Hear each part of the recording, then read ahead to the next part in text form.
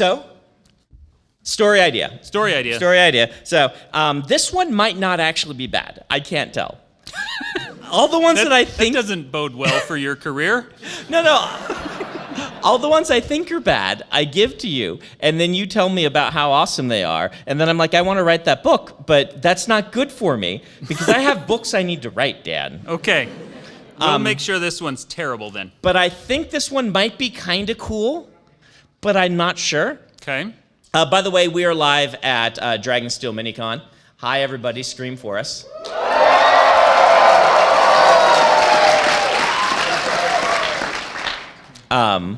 I just do that as a power play. I don't actually care if you stop or not. The first time we recorded live with writing excuses,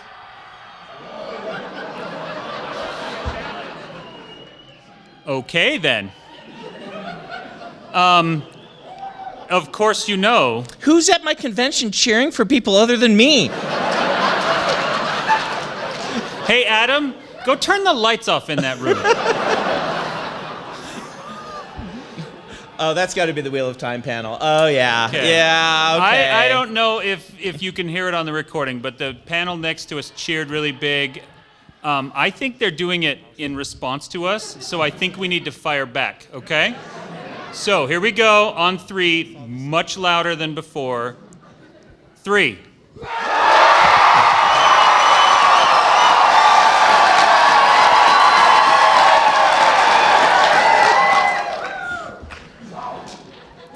Now let's wait and see. Yeah, someone go tell them that we're all cheering for Sword of Truth or something.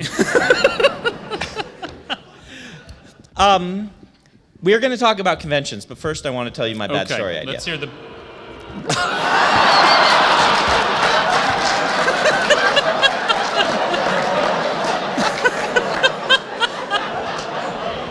For those listening at home, the other room just booed. Do you want to do one more? Do you want to do chimp sounds? What can we do? Oh, yes. Okay, here we go. Monkey noises. Ready? 1, 2, 3.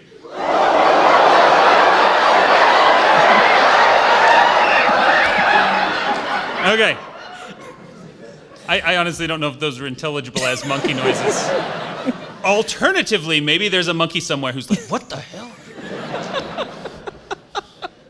Oh, boy. Oh, they turned off our lights. It backfired. What? How did that happen? Someone paid off producer Adam. He needs to know which side his bread is buttered on. Can I even explain this idea? All right. I want to do... Oh, no. Oh, no. Who told you could come up here? Okay, Grandpa's here.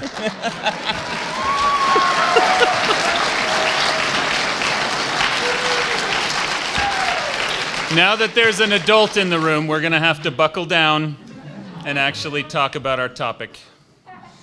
Isn't our topic, Ben? Welcome to the Ben Fan Club. We did spend a lot of time talking about you just a few minutes ago, so you'll have to watch that one on the recording. I like how he didn't even ask for a mic. He didn't sit next to us. He's just over there watching, very disappointed. City in perpetual freefall. Okay. Right? Endless tunnel, endless hole, with a city falling through it. Okay. The city is on a disc? Yeah, some sort of thing somehow stays level. Maybe. Okay. Maybe that. Maybe your buildings are all just in free fall. So it's not necessarily on a disc, all the buildings are just falling. It could be. At terminal velocity. Yeah, at terminal velocity in atmosphere. Okay. So if you need to go to the store, you just fly. You swim yeah. as everything's falling past you. In what ways is this different than just everything floating? Air resistance. Okay. Right?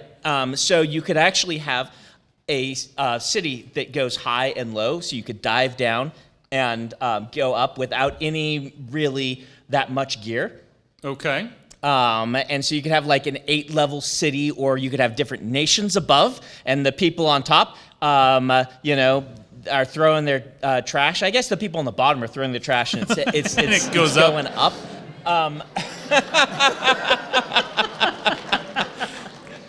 Does that say Grandpa? No, it says his actual name. Okay, well, we're okay with that. Did they already have one for you? That's cool. Yeah, we let him on panels. Okay, well, there's your first mistake. Yeah. Okay, so what's the story about? I got nothing else. It's Dan. just a setting. I just got this cool idea where I'm like, how do you even get water in this, right? Like, how does not everyone not dehydrate? Man. Is this, like, I often have these ideas, and there's a part of my brain that says, Brandon, this might be too much, right? Do you know what I mean? Like, changing one thing, like massive storm hits the world, you can do one big change and make a lot of subtle changes through a society and really do it well, but mostly leave society as people expect it to be. But something like this sometimes might be too much. So I waver back and forth. I'm like, is this too much? Is this really cool? Do I have the time to do all the research necessary to make this actually work? Do I want to? Man. So in one of our very early writing groups, he brought a fantasy something, like a short story or a chapter of a book where the whole world, or maybe it was just the whole town, was in like 3 or 4 inches of water. Yes. And we thought that was the most ridiculous thing ever. And one guy in our writing group called it Athlete's Foot World. But then you put that into Stormlight. I did put and that I into was Stormlight. so excited to see it there. I'm like, hey, it's Athlete's Foot World. It's here in Stormlight. Do you know, I saw a restaurant that was Athlete's Foot Restaurant. They had built a restaurant with water in it and koi, those poor koi. The ones that eat your, like, the No, it things wasn't off even your the feet? foot-eating ones. It Okay. was just the flesh-eating ones. It was just koi, living in way too little water. Someone thought it was a good idea. Maybe it flooded, and, but it looked intentional to me. It flooded, and then they're like, quick, put some koi in there. Make them think we did it on purpose. Okay, so City in Perpetual Freefall. I don't know. I got nothing. You got nothing? I don't know. I don't know enough physics to know if I can, like, explain how anything would work. Yeah. We need Eric. Everyone should go to Eric's. Oh, Eric's reading was already done. Okay. Everyone should have gone to Eric's reading because he's in my writing group and he tells me, Brandon, this makes no sense a lot. How about this? So, if, what if the way they get water, we assuming we're in some kind of bizarre dimension anyway, Yes. right? Because you're in perpetual freefall. Yes. What if water or other things appear underneath the city? Okay. And then it either falls through them or it, like, gets blown up past. I think that would So, be cool. like, You splash through yeah, the... that's how they mark a day Yeah. is until we go through the water again. And it's like, okay, it's coming up, it's midnight, everyone hold your breath. And then you go, boom, and they have to have, like, collectors to catch water. Yeah, that and works. then they pass through it and they're like, oh, yeah, You say hold your breath, set. you don't mean go. You want a drink? I like that. I think that would be cool. That could work. Yeah? Yeah? How do they grow plants? They do the same thing. They go through a jungle. Now you're getting lazy. Yeah, I know. Every about 18 hours, they pass through a layer of fried chicken. Yeah, it's actually on a loop, right? And so Yeah. there's one Chick-fil-A, and they put it in order, and then when they come back through, they got to catch that They order. just have to throw it. And then prophecy tells of the cheesening that is coming one day soon. All right, let's talk about our actual topic. We have an actual topic. Yeah. Okay, wait. Before we move on, Ben, did we miss anything that we should have talked about? He has to let us know when he watches it. Burrito World. Burrito World? What is Burrito World, Ben? If you can go through Chick-fil-A, you gotta get some burritos. Oh, okay. You gotta get burritos. He's just trying to add some diversity to this freefall world. They pass through the layer of burritos. It's like a 7-layer dip. You mark the days of the week by what layer of dip your city is passing through. This got real weird as soon as Ben was involved. It was perfectly it's normal. 4 in the afternoon on Guacamole Day. Wait, it's guacamole day. Here's my chip. Splat. Refried beans day is always rough. Yeah. The day after is even worse. Okay, you said we have a real topic, and I'm frankly questioning that at this point. No, I but- actually think it worked really well because I had what I thought was a good idea, and we made it stupid. And every stupid idea we make good. There's So- some weird negativity field here. We're in no danger of you having to write Burrito World. No, definitely free-for-all burrito world is not. It's not happening anytime Okay, soon. but look for Free-for-all Burrito World, the RPG, coming soon. Conventions. Let's talk about conventions. We're at a convention. I just want to say, I know that if you put your mind to it, you could come up with an absolutely killer magic system for a 7-layer burrito dip Freefall City, right? Maybe. Anyway, okay, let's talk about conventions. What are we talk talking about what are we saying conventions. about conventions? Let's talk about our history with conventions because, like, sci-fi fantasy and writers and things have an interesting, like, we have this little convention subculture.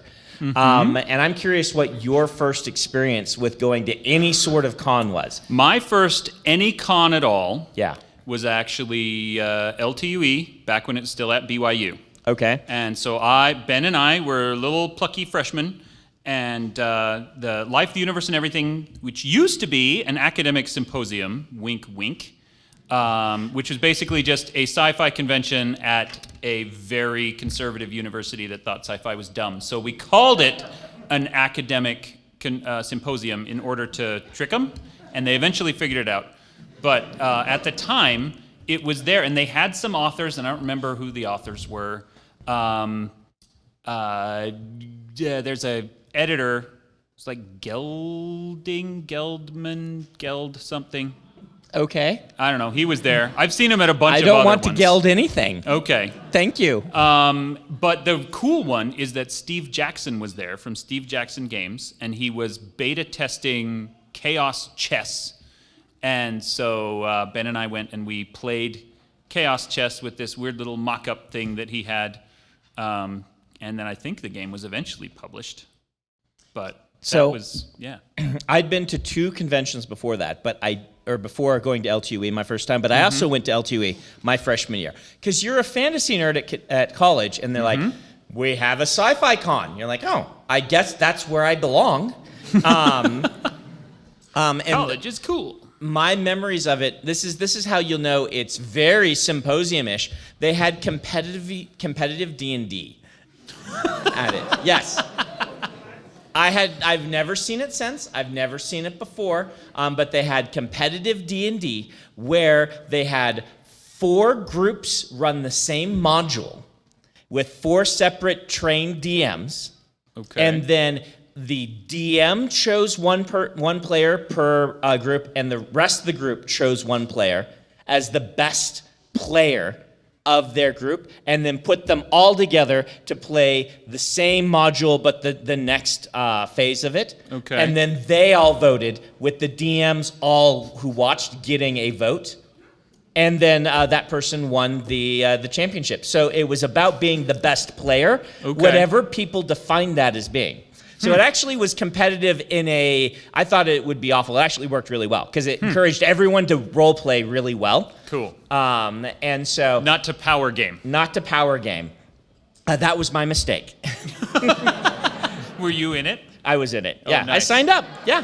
I actually got through the first round. But I power game just a little too much. You've played with me. I have 2 modes for gaming, right? I'm going to go absolutely crazy in some interesting, wacky character, or I'm bored of my character. How can I make the numbers the most min-maxed humanly possible? Yeah. And it's a coin flip. Which Brandon you get? They're both flavors of the same thing, which is I'm going to make this as crazy as possible to entertain myself. But one of them is with personality and one of them is numerical. Yeah.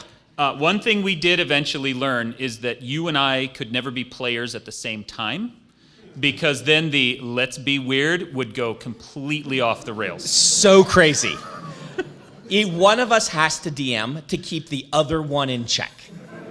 If we are ever in a thing together. But I always thought that was really cool. I thought cool. it worked really well. TSR had sent prizes because that was TSR days. I had a wonderful experience with that. The prizes were TSR's Magic TCG attempt. Back in the days, Magic the Gathering started, it got super huge. Everyone started their clones, and most of them were terrible. And so for a while, it was like you couldn't enter a game store without having like 70 sample products of someone's non-workable collectible card game getting thrown at you, and that's what we won. But so my first experience with a con. Your very first. Very, very, very first. Very first is there was a Star Trek convention coming to Omaha, Nebraska. And my brother and I were like, we're nerds. I guess this is where we belong, right? We had no idea what to do, but we had heard of Star Trek conventions. I was like 16 and he was like 14 or something like that.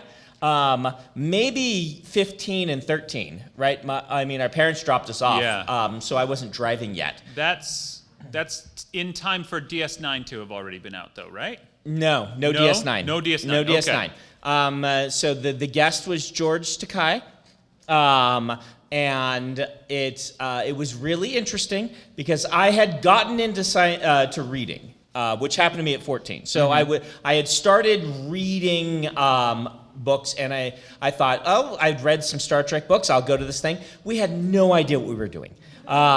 These Star Trek cons, they were really interesting. I don't know if they still do them. Eric would know. Again, Eric James Stone, he's a huge They Trekkie. do still do them. But they were like for-profit things. This was not a fan run. It was a moving the same convention, moved around with the same vendors, and showed the same bloopers reel and things. It was like a show. Okay. Almost. It was more like Ringling Brothers Circus, the SciFi Con.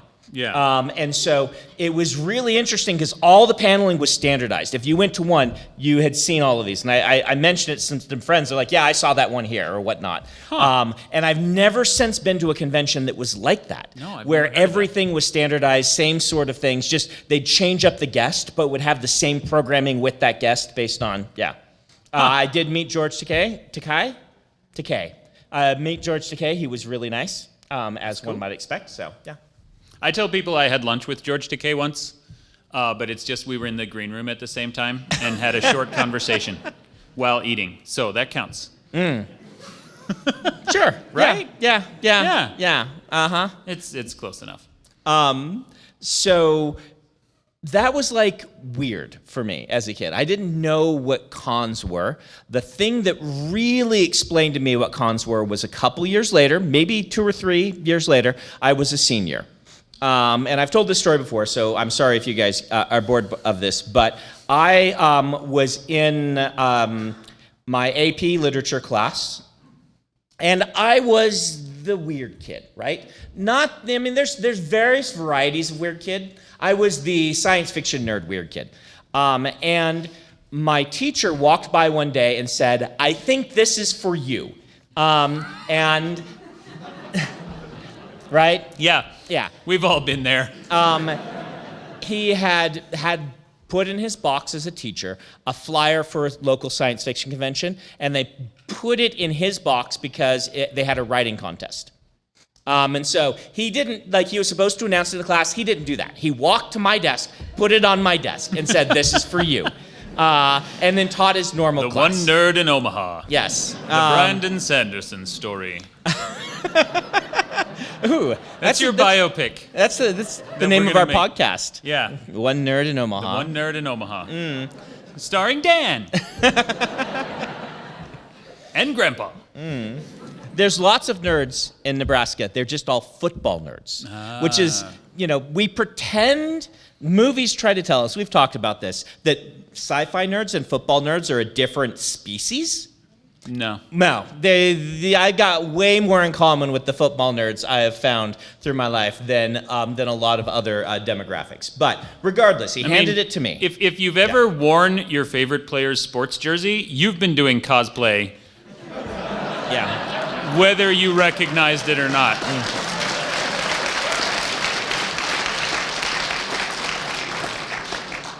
So I went. I submitted a story. And I went to this convention, and it was kind of life-changing. I throw that word around too much. I'm an author, but it kind of was, right? Like, first off, I won the writing competition, right? I've talked about this before. Despite stapling my story backward, when I submitted it, I won the writing competition, which is kind of a big high, right? When you're like, wow. I mean, there were probably 5 submissions. I know there were 5 places, and I got 1 out of 5. So there were at least 5 submissions. But regardless, I won the writing competition with like my second story ever, which is posted on my website, and it's terrible, and you can go read it. But beyond that, I found like a bunch of teenagers went there because they had this writing competition, right? Mm-hmm. They'd all submitted, they'd all showed up, and we all met, and they had like the little award ceremony like the first day for the teenager writing competition. And so we were all there, and there were like actually like 9 or 10 of us.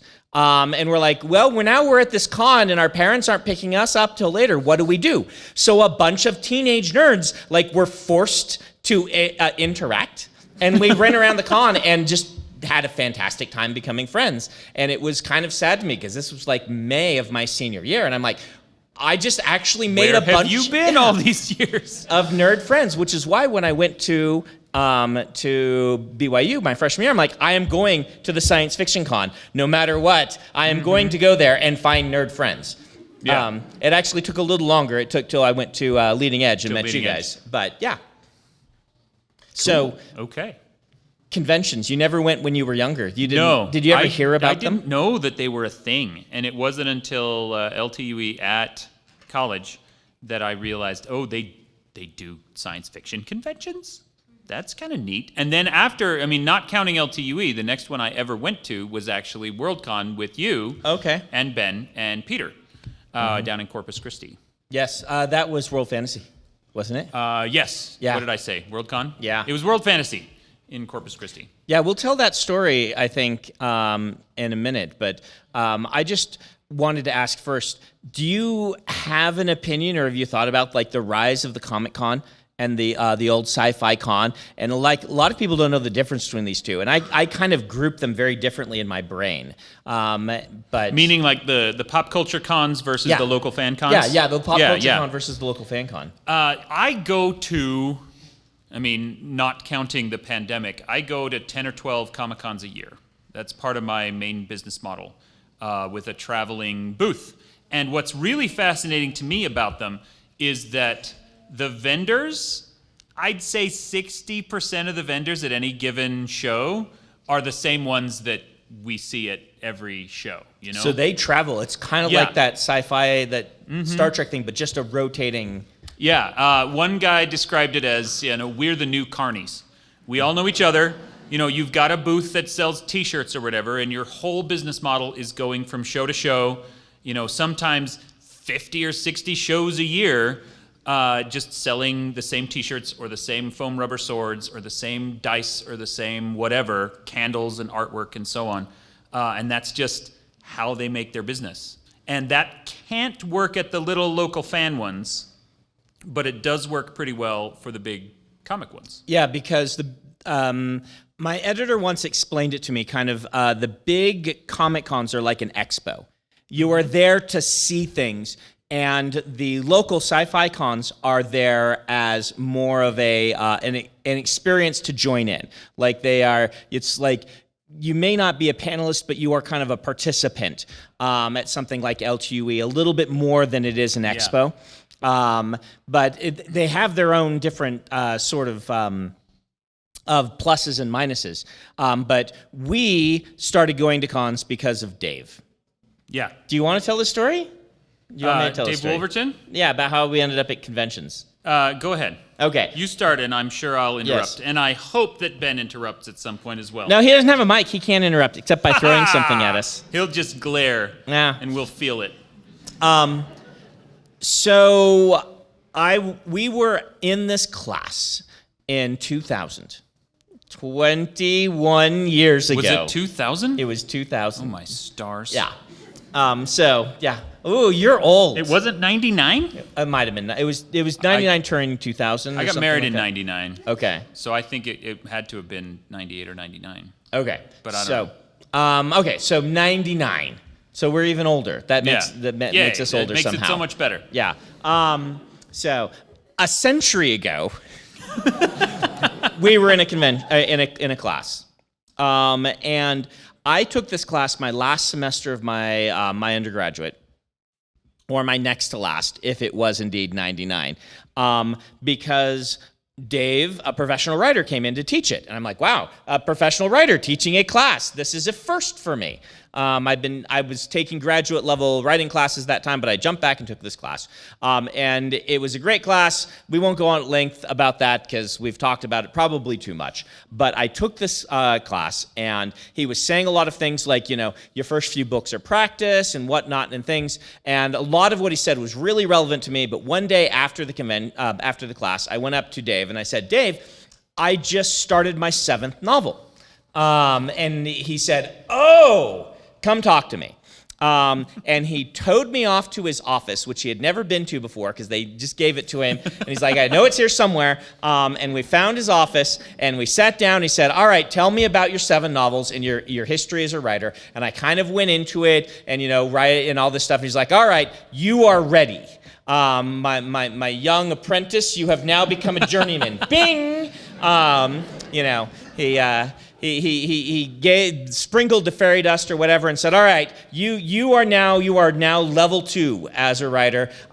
Your job is now to sell your stuff, not just write your stuff. And I said, okay, how? I've been at a creative writing program at a university. We don't talk about selling things. That's not what we're about. And so he said, all right, how much money do you have? And I said, none. And he's like, okay, find some.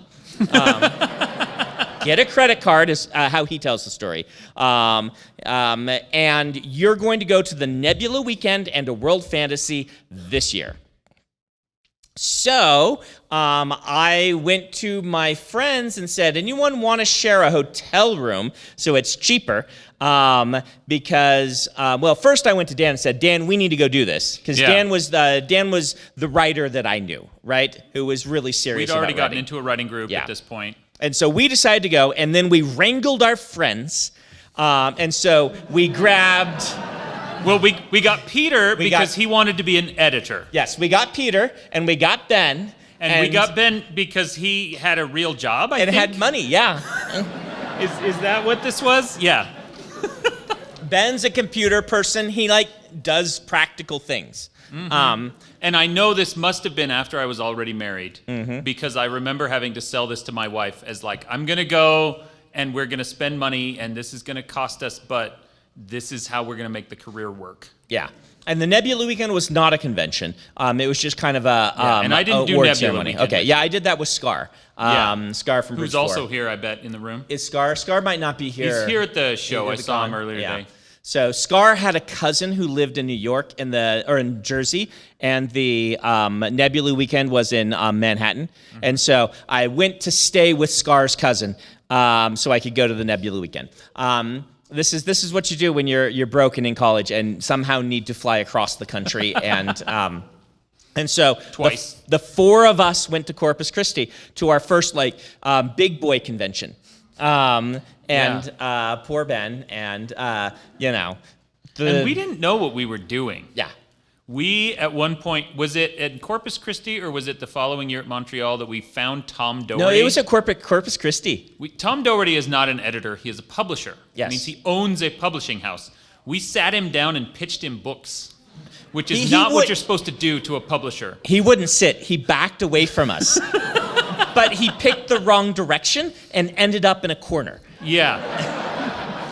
We should not have done this. Do not emulate us.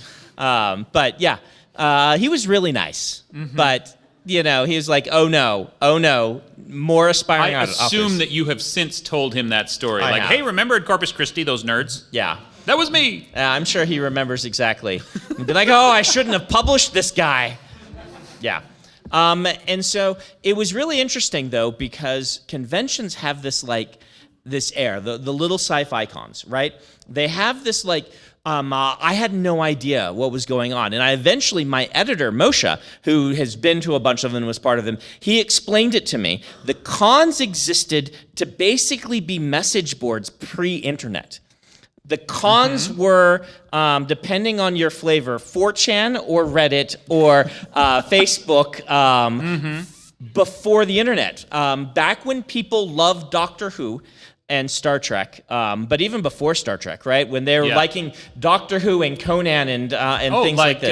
The Barsoom books. Yes. I remember seeing some old 1940s era photos of Sci-Fi Cons where people were dressing up as, John Carter and stuff. Did they wear clothes? Sometimes no. Yeah. It's a different time. Yeah, deep John Carter cut there. So they started these conventions because when you're back in the 50s, if you're the nerdy kid, that's a different experience than if you're in the 2000s and you're the nerdy kid. And being the nerdy kid means that we all play video games, we all go to science fiction movies, but you're the ones that know the names of the character who walks on screen, that winks at the camera and leaves. You're the one that's like, oh, that was Frog Thor in Loki. That's the nerd. Everybody's watching it. You're just the one who knows who Frog Thor is. Yeah. Back in the day, if you think it was bad being the one nerd in Omaha, imagine being the one person in your entire state that had read the Barsoom books in 1930. Yeah. And so they're like, let's get together. And they started forming conventions. WorldCon, which, is a very grandiose term for 3 people in a bar. I'm exaggerating, but that's like San Diego ComicCon that's now 200,000 people. That one started as it's now one of these MediaCons. It started as just a little comics convention, which was, a couple dozen people are like, let's talk about our favorite issues of Spider-Man. And these conventions became these safe havens for nerddom. Do you remember the bulletin boards that they used to put up at Yes. WorldCon? This even 10 years ago, which you'd think is modern era, but it was still the time before most people had phones. And so if you wanted to find anyone or do anything at this big convention, they had these huge bulletin boards set up, and you could write little notes I'm throwing a party in my room, it's this one, and then you'd pin it up to the thing. Or you'd write, hey, let's all go to the party in this guy's room. And then you'd pin it to the thing and just hope that your friends found it. Yeah, it was pre-cell phones, a lot of this. And so you would walk by this board and be like, hey, John, where are you? Is written. And you'd have underneath, at the bar, stupid. Right? It was a different time back in those days. I miss those bulletin boards. They were completely useless. Yeah. But they were so fun to think, oh, I know how I can find Brandon and Ben. I'm going to write a thing on this board. And then Peter and I wander around and still can't find Brandon and Ben. Even though we put the thing on the board. We probably weren't at the bar. Probably not. Probably not. But it was an interesting thing to do that because we went to these cons with a very specific intent. We were there as pros trying to get published. To the extent aspiring pros. That the first several we went to, we did not really enjoy. No. At least not me. No, I did. Yeah. Yeah, because once I had justified the expense to my wife, then it was not, I'm going to go hang out with nerds. It's, don't worry, this is a business thing. And so we sat down and we looked at the list, and Peter was invaluable for this because he knew more about who the editors were. So we looked at the guest list of who's going to be at the con, and we figured out where they were going to be, and we made our plan of how we were going to find them. And if they're at this panel and then next they have this panel, then they're going to have to walk down this hall, and that's when we get them. Yeah, and I remember being enormously stressed at each of these conventions because it's if I don't walk away with some sort of contacts or things. I mean, I am living in Provo, Utah. Nebraska's a little further from publishing, even though it's a little closer geographically. But it's not very close to the publishing heart of the United States. And, I could afford to go to 1 or 2 of these a year, and that was pushing it, right? And so it was really stressful for me. Yeah, which is why it was so exciting on, I want to say the 3rd World Fantasy we did, but maybe it was the 4th, was Montreal.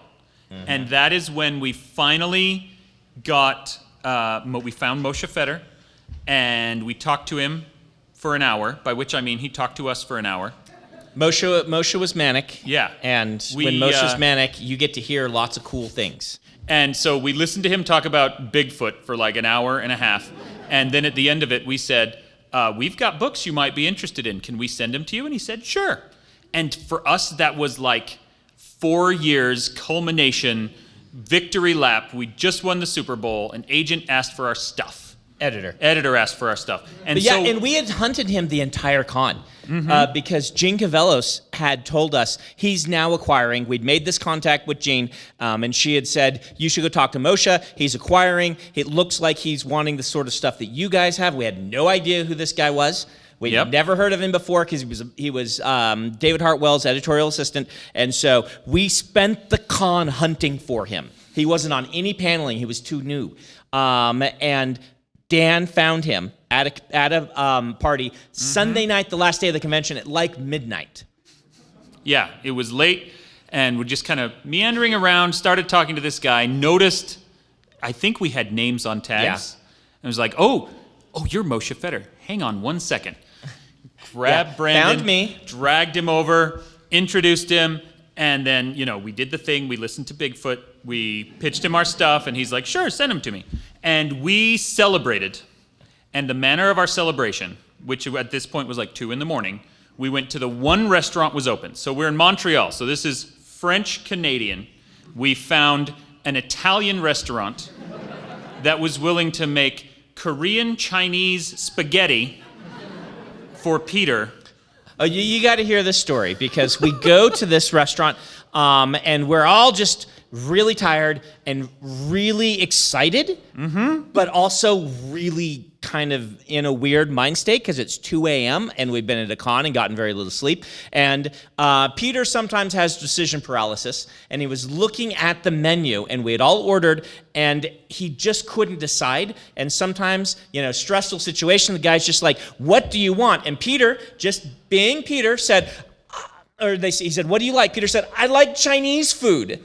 That's just what came out, right? And this was like, you can imagine a downtown Italian place open at 2 a.m. It was a scary dive. Yeah. It was the one where there's like a guy with no sleeves sitting in the corner just taking phone calls all night and writing down what we're fairly certain were illegal bets for something. And so the waiter, who's like, you want Chinese food? We can make you Chinese food. We'll make you some Chinese spaghetti. All we have is Korean sauce. Is that okay? And he made jjajangmyeon with spaghetti. Do you guys know jjajangmyeon? It's a Korean. It's like it's black bean sauce. It looks like axle grease. It's delicious. But it's really good that they pour on noodles. And he came out with that, and he'd stir-fried some jjajang and some spaghetti noodles and a bunch of vegetables and handed it to Peter. And we all just sat there. And Peter, being the good sport he is, ate it, and he's like, this is really good. So we got Chinese spaghetti. We tried to find the restaurant when we went back to Montreal. Chinese, Korean spaghetti in an Italian, French-Canadian restaurant. Yeah. And then Moshe bought both of our books. So there is that. Yeah, so that's how we broke in. Oh, yay!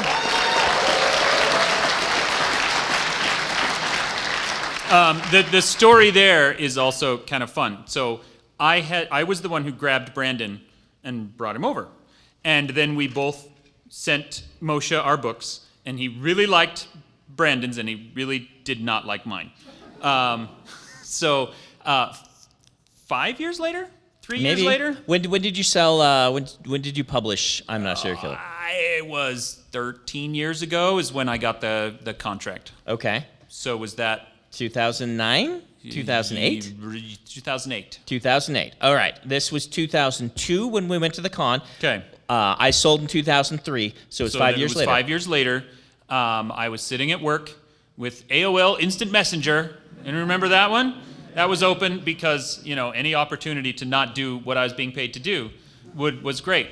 And I got a message from Brandon that popped up in all caps. It said, "My debt to you is paid, Mr. Wells." And what he had done is taken the manuscript of I'm Not a Serial Killer and sent it to Moshe without asking me first, and said, hey, this guy in my writing group wrote this. It's awesome. You should read it. And he did, and Moshe's like, yeah, this is great. I would love to talk to him. And so that's how I sold my thing, and hooray. Yes. And thereafter, we kind of Yeah. were in this little, like, he sold, he got the first multi-book deal with, like, Alcatraz. And then I had, at the point that I sold my German rights to Serial Killer, it was the highest sale either of us had ever gotten, the highest single contract. He got an enormous amount of money, and Yeah. the Germans just loved Dan. It was this era where they loved David Hasselhoff, and they loved Dan. And I will take it. So we were kind of bouncing back and forth. Who has the greater success? Who has the greater success? And then all of a sudden he got the Wheel of Time. And in the old Mario games, where there's this couple spots where you could jump on the turtle enough times and get enough extra lives that it runs out of numbers. And so it's like you now have triangle extra lives. That's the success he has achieved. He has triangle success now. And I don't think I'm ever going to catch him. But I did get a movie first. Yeah.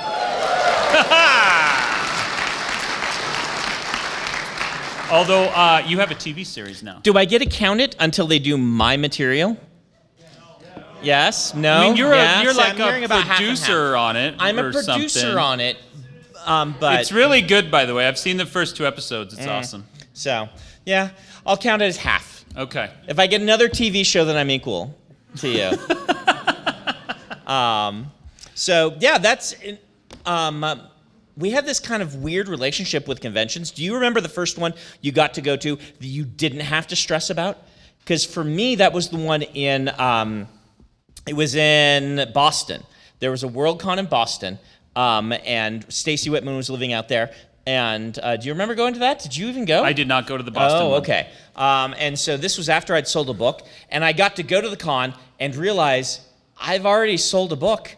I can just enjoy the con. And I really just did. But then I started to stress of, I need cover blurbs. I need to meet other authors. And that was its own stressful thing. Yeah, for me, I think the first time that I was able to go to a con and just enjoy it was probably one of the locals here, probably LTUE. After LTU, eventually, like I said, LTUE got kicked out of BYU. The rumor, the urban legend, is that one of the university administrators walked by a filking group. But also the other version is that they walked by a group of furries. And I don't know which it was, and I'm inclined to believe it could have been Either one. any cosplay whatsoever. And they're like, this is not an academic symposium. And so now it's just a community con. Mm-hmm. But there was one of those where I had sold a couple of books, and I realized I had achieved enough level of success that I could just enjoy the show instead of having to be constantly working and entertaining and networking the whole time. I'm pretty sure that was here at the home show. I should say that, number one, I saw some confused looks about filking. This is science fiction and fantasy folk singing. If you want to know, there's some professionals that do things similar to this. Jonathan Colton's probably the most famous. If you want to go, but most of them are not, Jonathan Colton does a lot of original songs. Most of them are famous filking songs set to familiar tunes, but with all of the lines changed to stories about Star Trek or Lord of the Rings or things like that. Peter is very good at it. He can tell you all the history, I'm sure, of filking and whatnot. But I would say if you're watching this or if you're here and you're like, what's the point of this? Well, the point of this is just we like to talk. But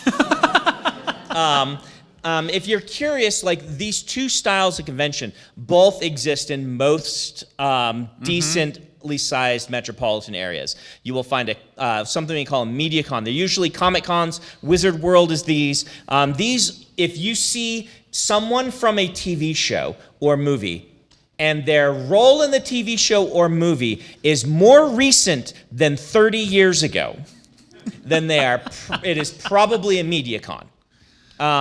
If you see the headliners for the convention being authors or the person who played the stormtrooper in the that hit his head on the door, then it might be a fan-run local con, and they do have very different cultures. Yeah, I went to a local FanCon. I say local. It was local to Orlando, but it was one of these smaller kind of FanCons, and shared a cab from the airport with a Gamorrean guard, one of the original Gamorrean guards from Return of the Jedi, and that's just kind of one of the things he does. Is go around from, to con.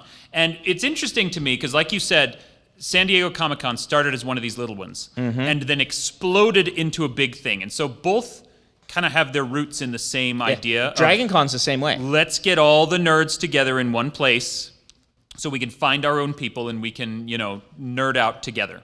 But some of them have turned into these kind of big trade show exposition things where they're all about selling stuff and buying stuff.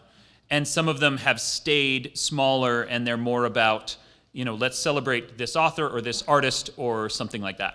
Yeah. And the little ones, usually a lot of them do cap their attendance or things like that. And they do tend to be they're fun places to go, but they also tend to be a little more cliquish by accident because it's generally a lot of people who've gotten together who are friends. And so we have a really good one here in Utah, L2E. But if you go and you're like, I don't know what to do, there is this sort of sense that a lot of people have gone together for a long time. The best thing to do is to bring a friend and to be very just friendly, ask people. People will talk to you. We're all nerds. They will talk to you at length about their favorite sorts of things. Either that or they'll get scared and hide. But, we're used to that. Yeah. So that's what those are. At Comic-Cons, generally the most fun thing to do there is just go and watch all the costumes. And go walk around the dealer's hall and things like that. Those are kind of the different sort of feels. At the little cons, you're going to go and you're going to go to a panel about the discussion of your favorite Star Trek captain, right? And so more of those kind of things. Like let's just geek out about Battlestar Galactica or whatever. We basically need to be done now. We're out of time for this episode, but before we end, we do need to ask: Have we? Are we okay? Anything we missed? Oh. I can't believe. Ben is on the air. You call me Grandpa and you guys rehash good times from 20 years ago for an hour? Really?